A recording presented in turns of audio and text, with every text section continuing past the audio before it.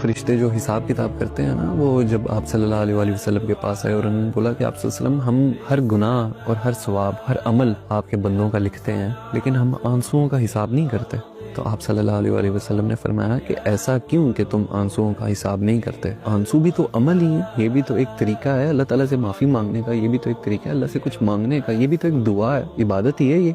تو فرشتوں نے بولا کہ آپ صلی اللہ علیہ وآلہ وسلم آنسو جو ہے نا ان کا حساب اتنا بڑا ہے کہ ہمارا سارا حساب کتاب خراب ہو جاتا ہے. کتنا بڑا؟ ایک آنسو کا کتنا ہی حساب ہوگا. بولا کہ ایک آنسو ہے نا اگر انسان کی آنکھوں سے گرے تو اس کا حساب ایسا ہے کہ جہنم کی آگ جتنی بھی آگ ہے نا اس پر حرام کر دی جاتی ہے. ہم ایسا حساب نہیں کر سکتے. یہ حساب کتاب کرنے کے لیے اللہ تعالیٰ کا ایک اور نظام ہے، یہ ہم نہیں کر سکتے. اتنا مشکل حساب ہے ایک آنسو کا کہ ہم یہ کر ہی نہیں سکتے.